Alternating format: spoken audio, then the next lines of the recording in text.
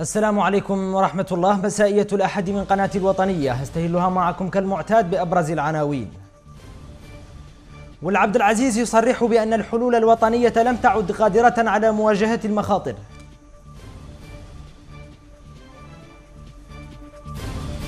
تقارير إعلامية تفيد بقرب انتهاء مجلس الشيوخ.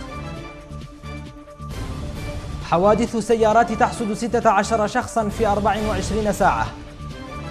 كما تتابعون في المسائية أيضا الدوري الموريتاني هل يعيش أيامه الأخيرة؟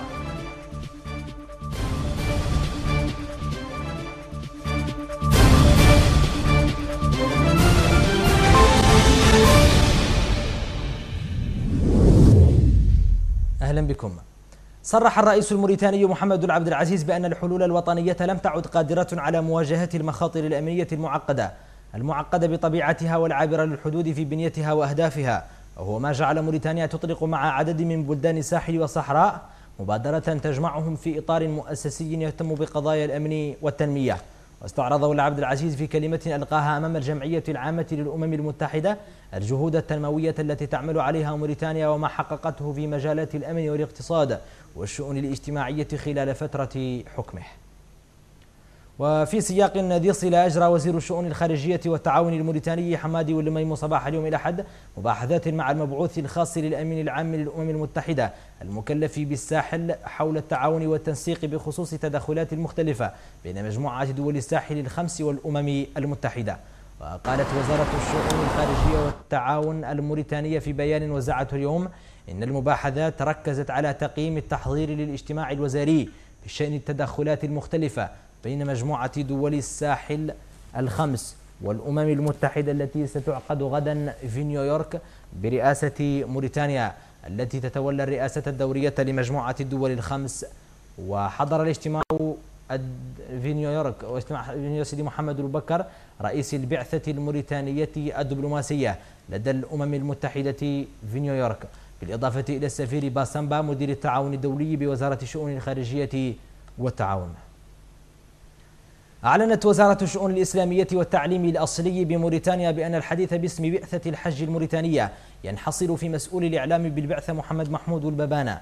وأكدت الوزارة أنها لاحظت صدور بيانات باسم أشخاص معينين ينتحلون صفة اللجنة الإعلامية والنطق باسم البعثة الرسمية، معتبرة أنهم ليسوا ناطقين باسم البعثة، ومحذرة في الوقت ذاته من مغبة انتهاك القوانين وانتحال الشخصيات. أفادت بعض وسائل الإعلام المحلية بأن النظام الموريتاني يسعى إلى تفادي تجديد مجلس الشيوخ الذي تنتهي مأموريته خلال العام الجاري، إذ تلتزم الحكومة بضرورة تنظيم تجديد لأحد أجزاء المجلس قبل نهاية العام الجاري. ووفق ما يعتقده مراقبون فإن النظام يسعى لإلغاء المجلس والاكتفاء بغرفة تشريعية واحدة هي الجمعية الوطنية، حيث ستكون هذه النقطة من ضمن المخرجات التي تجري التحضيرات لنقاشها في جلسات الحوار التشاورية التي ستستأنف مطلع شهر أكتوبر القادم. في غضون 24 ساعة فقط وقع حادثان أليمان على الطريق الرابط بين العاصمة الاقتصادية والسياسية نواكشوط ونواذيبو. أول الحادثين وقع الليلة البارحة في حدود 10 ليلا بعدما اصطدم باص لنقل الركاب بشاحنة وأسفر عن وفاة 11 شخصا وجرح 4 نقلوا إلى المستشفى الجهوي بمدينة نواذيبو. أما الحادث الثاني فقد وقع ظهر اليوم إثر انقلاب سيارة شخصية راح ضحيته طفل فيما جرح شقيقه ووالده. إنا لله وإنا إليه راجعون. تزامنا مع ما تعيشه العاصمة من حر وصخب، أصبحت الكثبان الرملية على طريق سوكوكو المنتزه الوحيد للباحثين عن الراحة. عبد الله والبلال وتقرير في الموضوع. هروبا من صخب العاصمة وضوضائها وأجواء البيوت ورتابتها وأماكن العمل وانشغالاته، وبحثا عن الاستجمام والراحة، يجلس هؤلاء في جو طلق على شارع صكوك الرابط بين مقاطعتي تفرق زينة وتيارت، نتيجة انعدام متنفس للراحة وسط العاصمة. شارع يرى رواده أنه أكثر أمانا من شارع المقاومة الذي كان الملاذ الوحيد للهاربين من ملل العاصمة. بالنسبه للجو هون عن مقدرين من هاي البلاصه به اللي نواحي، مثلا نواحي هالاماكن اللي قريبين منها، مثلا خلقهم اقل اقل مشاكل واقل مشاكل فيه اللي مثلا طريق عسي صار كاشياها من مناطق شعبيه يعني اكثر، وكثر الناس اللي مشاكلها. فنحن بعد يجون ما شاء الله جوزين ما شاء الله هنا خبطوا الشارع. بطريقتهم هذه يحاول هؤلاء الشباب الترويح عن أنفسهم بمحاكاة الرماية التقليدية التي تعتبر من أعرق الألعاب التقليدية عند الموريتانيين. رمال ذهبية صحراوية تغازلها رياح الشمال راسمة لوحة فنية تعيد إلى الأذهان جزءا ولو قليلا من ذاكرة الصحراء التي حملها الموريتانيون من الخيام المفتوحة إلى البيوت المغلقة. سؤال واحدة مود الناس تجهون التي جينا في المشروع التدريب إن شاء الله تجهون التي وتشرب التاي الجو غوضح وسهرات وما فات خرج بعد الحمد لله ذاك وخاسر والحمد لله لا تبتنا بخيام مودي اللي عندي خرج مش خاس ما شاء الله طريق ما شاء الله آمن وزين ومودي ما شاء الله مزدهرة. هكذا يقضي الهاربون من العاصمة معظم أوقات الفراغ هنا في جو ينشغل فيه البعض بأحاديثه الجانبية في جلسة عائلية خارج البيوت، بينما يتفرغ البعض الآخر لصلواته وابتهالاته واضعا الهموم عن عاتقه ليستريح استراحة مسافر أعياه التعب وطول الطريق. عبد الله والبلال، الوطنية. أما الآن مشاهدينا الكرام فنفتح صفحة المختصرات الدولية.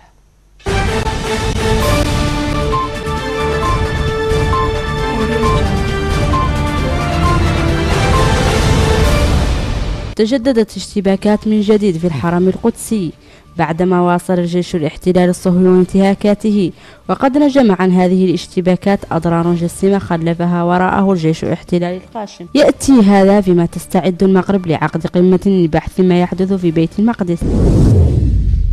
لقي 14 شخصا من الجيش العراقي وميليشيا الحشد الشعبي مصرعهم، وجرح 18 آخرون في تفجير انتحاري استهدف مستشفى الأردن الشرقي الفلوجة بمحافظة الأنبار. كما قصف الجيش الأمريكي مواقع لتنظيم داعش في محيط قاعدة الحبانية الجوية بالرماد. أعلنت الرئاسة الفرنسية أن قواتها شنت ضربات في سوريا استنادا إلى معلومات جمعت خلال تطلعات استطلاعية جوية منذ أكثر من أسبوعين. وقالت الرئاسة الفرنسية في بيان لها إن الضربات التي استهدفت مواقع تنظيم داعش جرت في إطار استقلالية التحرك الفرنسي وبالتنسيق مع شركاء باريس في المنطقة. اندلع حريق كبير في مسجد بمنطقة مردن جنوبي العاصمة البريطانية لندن، ودفعت خدمة مكافحة الحرائق في العاصمة البريطانية ب10 سيارات إطفاء و70 رجل إطفاء لإخماد الحريق في مسجد بيت الفتوح. ويعتبر القائمون على المسجد الذي أنشأه أنصار الطريقة الأحمدية في بريطانيا أنه الأكبر من نوعه في غرب أوروبا، ويسع حوالي 10,000 مصلي.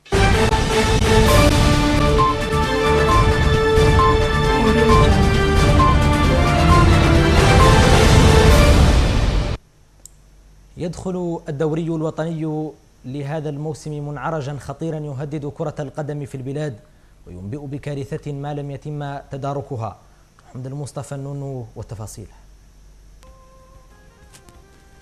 لم تكتمل بعد مراسم دفن الموسم الكروي المنقضي بعلاته وهالاته حتى دخل الدوري الوطني للدرجة الأولى أو الممتاز كما يسمونه في مأتم آخر، والفقيد هذه المرة نادي جمل سطارة الذي انسحب بعدما عجزت إدارته عن الوفاء بمتطلبات هذا الموسم. جمل سطارة لم يكن بداية النهاية، فقد سبقه إلى ذلك نادي زمزم حين انسحبت تشكيلته الكروية عن بكرة أبيها بسبب عدم إعطاء اللاعبين مستحقاتهم المالية. ولأن المصائب لا تأتي فرادى، كان لزاما على دورنا لهذا الموسم أن يكمل الكأس التي تجرع منها. فبعد انسحاب اللاعبين تلوح في الأفق بوادر انسحاب نادي زمزم العريق من الدوري بعدما عجزت رئاسته الجديدة عن الإيفاء بالوعد. ولعل تقليص ميزانية نادي الكدية قد يلحقه بالركب.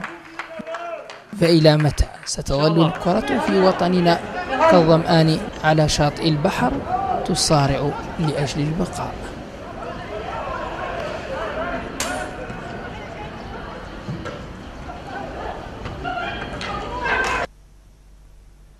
ونختم مسائيتنا لهذا اليوم بحصيلة اليوم الأول من الجولة الثانية من الدوري الوطني درجة أولى، حيث استطاع الوئام أو الكونكورد التغلب على نادي الشرطة بهدف وحيد رفع به رصيده إلى 4 نقاط يتساوى مع العميد الإكسر الفائز على الجيش بذات النتيجة. أما حامل اللقب نادي تفرغ زينة فقد حافظ على صدارة الدوري للجولة الثانية على التوالي بتغلبه على الوافد الجديد القديم الحرس بهدفين نظيفين، فيما دك FC نوادب المدججة بترسانته الجديدة والباحث عن الألقاب هذا الموسم شباك نادي الكدية بثنائية أبقت على حظوظه في المنافسة. كان ذلكم العنصر الأخير في مسائية الأحد، هذا تذكير بأبرز ما جاء فيها.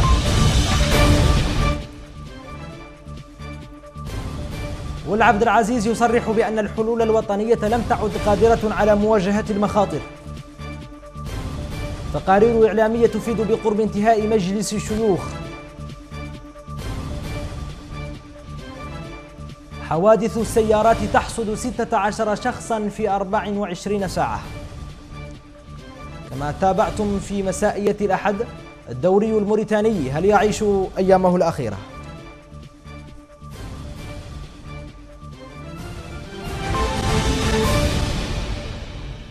شكرا لكم على كرم المتابعة، دمتم في رعاية الله وحفظه.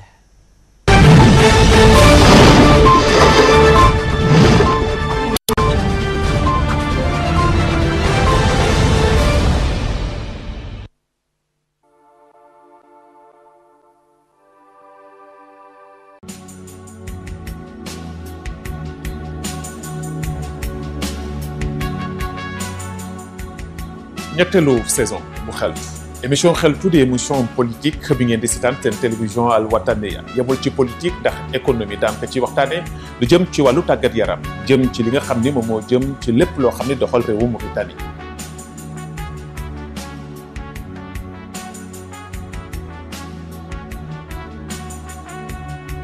mu mel na kon émission la boo xam ne lëmbee na dëkk bi ci wàllu témoignage ci wàllu question quiz ak yeneen i mbir yoo xam ni fas na leen ko indil ngir mën a fexe ba bëggal seen xol.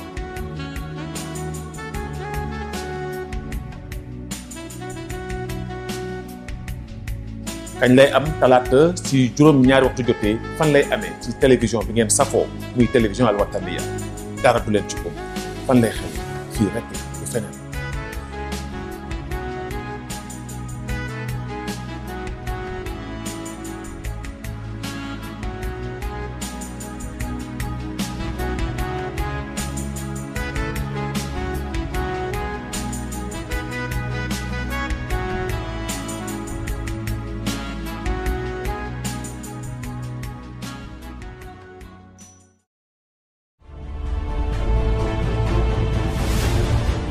هيئة شاعر المليون شاعر وقناة الوطنية تقدمان لجمهور الشعر والصور المجنحة وسدنة البيت العربي الأصيل النسخة الأولى من شاعر المليون شاعر شعر فصيح على قناة الوطنية.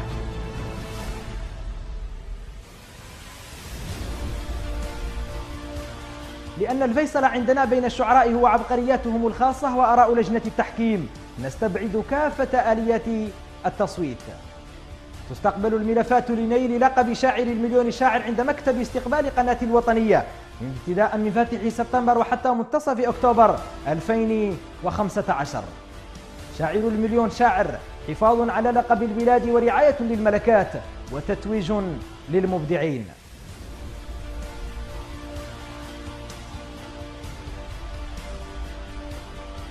جوائز قيمة وضيوف من كبار الشعراء العربية من مختلف البلدان العربية. انتظروني قريبا على قناة الوطنية. شنقيط مجد توالى عبر القرون وطال، والشعر ينبت فيها بداهة وارتجالا.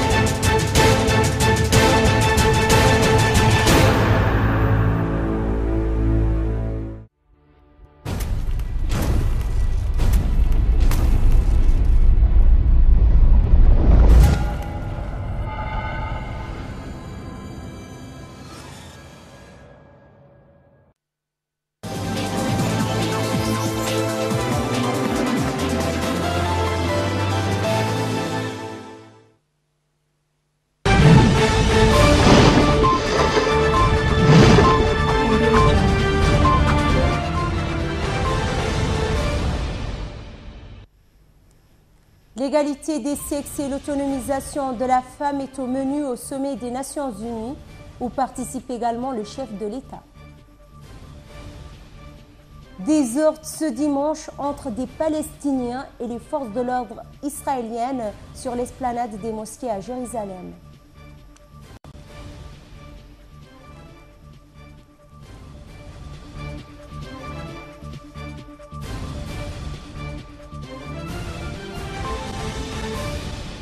Bonsoir. Le président mauritanien Mohamed Ould Abdel Aziz participe ce dimanche à l'ouverture du sommet des Nations Unies sur l'égalité des sexes et l'autonomisation de la femme aux côtés de plusieurs de ses pairs. Ce sommet vise à soutenir les négociations internationales pour l'élaboration de critères mondiaux et consensuels sur l'égalité entre les sexes.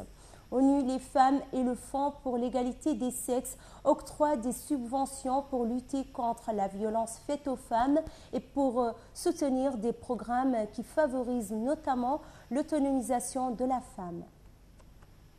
Dans la même lancée, Mohamed Ould Abdel Aziz a indiqué samedi soir dans un discours qu'il a prononcé à New York à l'occasion du sommet des Nations Unies pour le développement durable, la Mauritanie a réalisé un changement économique remarquable durant les dernières années par l'adoption de politiques de bonne gouvernance et l'application de nouvelles méthodes dans la gestion des affaires publiques qui lui ont permis de rétablir les équilibres macroéconomiques et de disposer de réserves en devises suffisantes pour résister à la crise économique mondiale et à la récente chute des prix des matières premières. À Nouakchott et surtout au niveau du marché central, des embouteillages gigantesques surviennent quotidiennement, gênant la circulation routière sur tous les axes menant vers le centre-ville. Les marchands ambulants sont parfois mis en cause. Circuler à Nouakchott est devenu un véritable casse-tête pour les usagers. Tima Mohamed Fadel. Fait inimaginable ailleurs et à Nouakchott même. Dans la capitale de la Mauritanie, continuent de circuler des tacos brinque-ballants, charriant des pénuillages de fumée, une scène digne d'un village. Un phénomène dont les Mauritaniens ont du mal à se départir et qui enlaidit le paysage urbain. En dépit des conséquences lourdes pour l'environnement et la santé de la population, à tel point que les citoyens exhortent les autorités à prendre des mesures fermes afin de mettre fin à cette pratique.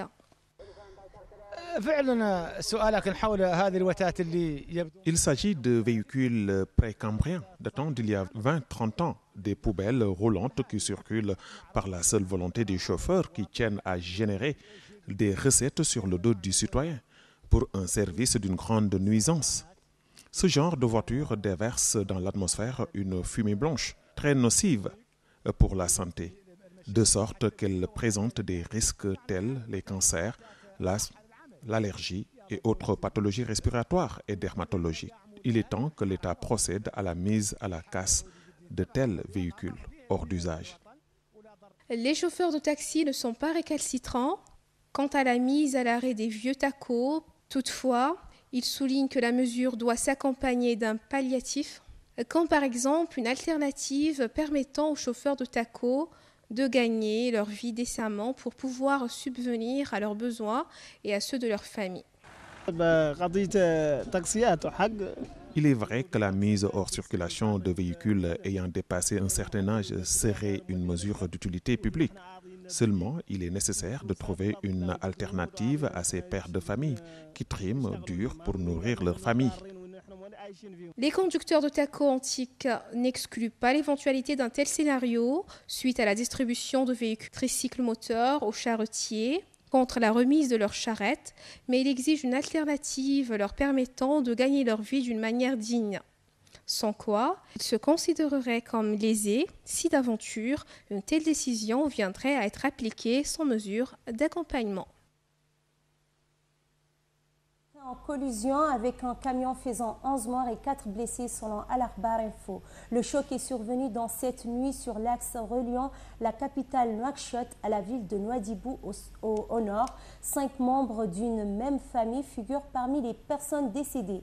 Les blessés auraient été évacués à l'hôpital régional de Nouadhibou. Les plats traditionnels mauritaniens demeurent des plats toujours prisés par la population. Il en existe de nombreuses variantes selon la région, le goût et le raffinement. Fort appréciés, ils demeurent tout de même ceux qui sont partisans des plats, disons, modernes. Reportage. Les Mauritaniens ont longtemps consommé sur les plats traditionnels à base de produits du terroir, au point qu'ils constituaient leurs principaux moyens de subsistance. Au petit déjeuner, les céréales étaient avec le couscous fin, bassi, le couscous sec de la vieille, sabha, la bouillinche. Au déjeuner, les plats avaient pour nom couscous, la semoule de blé, belerman, la pâte de blé, le kisr, la galette, berbeli, sorte de bouillie à base de pastèque blanche, appelée aussi la citre ou la courge barbarine, de gousse, de haricots. Les différentes pâtes de céréales, al-isha, al-aish et ses multiples variantes, simples à préparer et légères, composent le dîner. Aussi sont-elles considérées traditionnellement comme synonymes de détente et de sommeil tranquille, tant elles sont légères. La cuisine traditionnelle, il n'y a que ça de vrai. Quand on vivait de ça, il n'y avait pas toutes ces maladies. Les Mauritaniens étaient en bonne santé, vivant du blé, de l'orge, etc. On faisait toutes sortes de cuisines pour les repas du matin et du soir. Avec l'évolution et le brassage des cultures, de produits nouveaux, jadis ignorés par les Mauritaniens, sont entrés dans nos foyers au point que la cuisine traditionnelle leur a cédé la place. D'aucuns considèrent que ces nouveaux plats sont davantage nutritifs que les plats traditionnels. Avant, les gens ici, avec les plats traditionnels, c'était trop lourd. On marchait des kilomètres avec ça dans le ventre. C'est infernal. Aujourd'hui, ce sont des légumes, des fruits, des pâtes. C'est plus léger et beaucoup mieux pour la santé. Même quand tu fais pas de sport, tu digères vite. C'est bon pour la santé et le corps. Tout peuple a ses coutumes et ses traditions, sa cuisine spécifique, le plus souvent inspirée de l'environnement social, naturel. Toutefois, du fait de l'interpénétration des différentes cultures, de l'essor des télécommunications et des moyens de transport, il est devenu pratiquement impossible de s'accrocher aux anciennes coutumes. En bref et en image avec Tima Mohamed Fadel.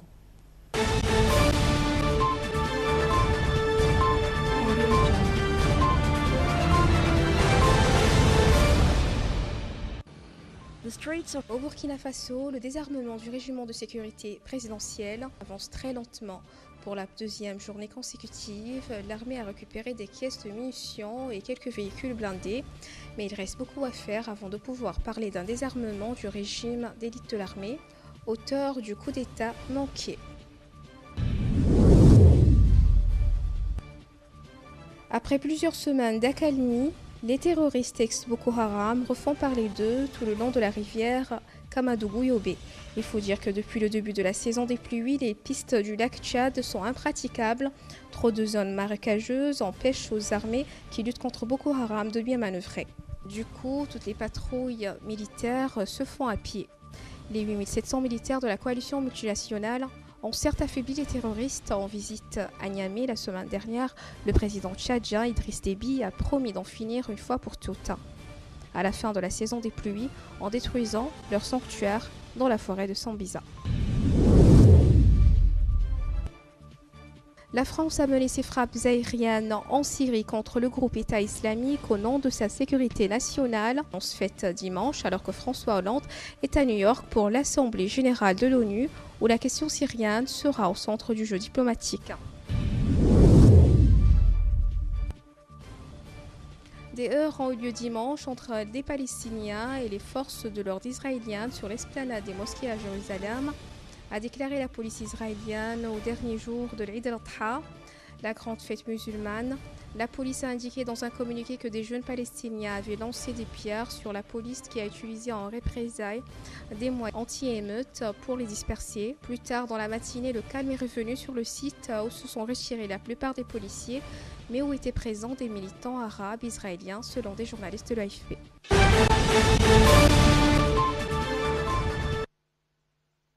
De ce journal avec Mohamed Babetta.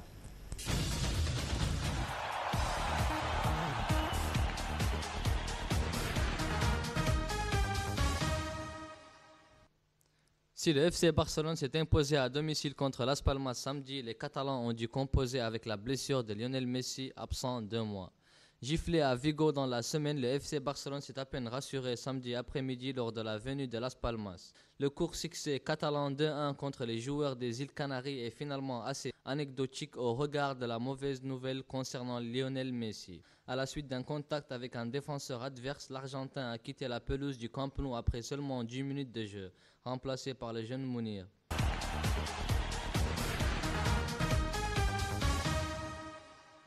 Encore lui, après avoir enfilé les buts comme des perles en marquant 5 fois en 9 minutes contre Wolfsburg 5-1 mardi à l'Allianz Arena, Robert Lewandowski a vu double. Robert Lewandowski a vu double ce samedi après-midi à Mayence. Le Bayern Munich y a enchaîné son 7e succès en autant de matchs de Bundesliga et ce assez largement. Après un penalty manqué par Thomas Müller, 21e minute provoqué par Kingsley Coman et plus globalement une première période sans génie, le club bavarois a dû atteindre le deuxième acte pour faire la différence. C'est alors que l'international polonais s'est distingué, passant la barre des 100 réalisations outre-Rhin. Le jeune français Coman, 19 ans, titularisé par Pep Guardiola, est déjà crédité dans cette partie d'une passe décisive à parachever la victoire des triples tenants du titre, 68e.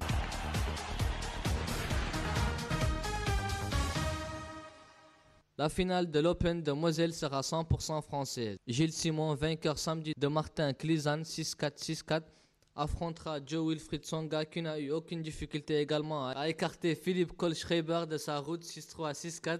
Julien Bouter a dû retrouver le sourire au lendemain du forfait de Stan Wawrinka avant son quart de finale contre Kohlschreiber. Le patron de l'Open de Moselle a dû se satisfaire samedi de la finale que proposera son tournoi dimanche. Le duel 100% français qui attend le public messin devrait faire oublier l'absence du Suisse, 4e mondial et vainqueur de cette année de Roland Garros samedi. Jo-Wilfried Tsonga et Gilles Simon n'ont pas failli dans leur tâche, au contraire.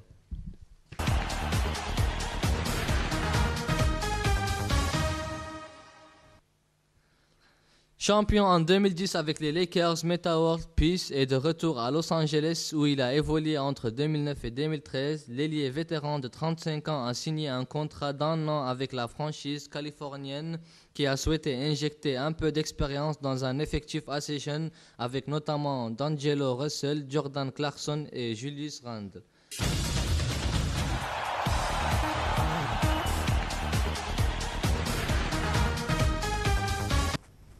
À présent, le rappel des titres.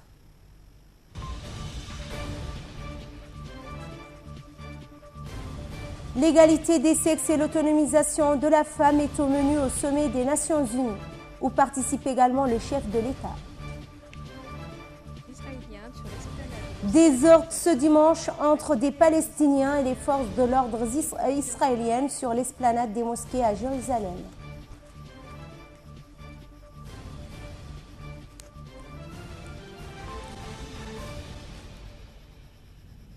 Bonne suite de programme sur Al Wataniya.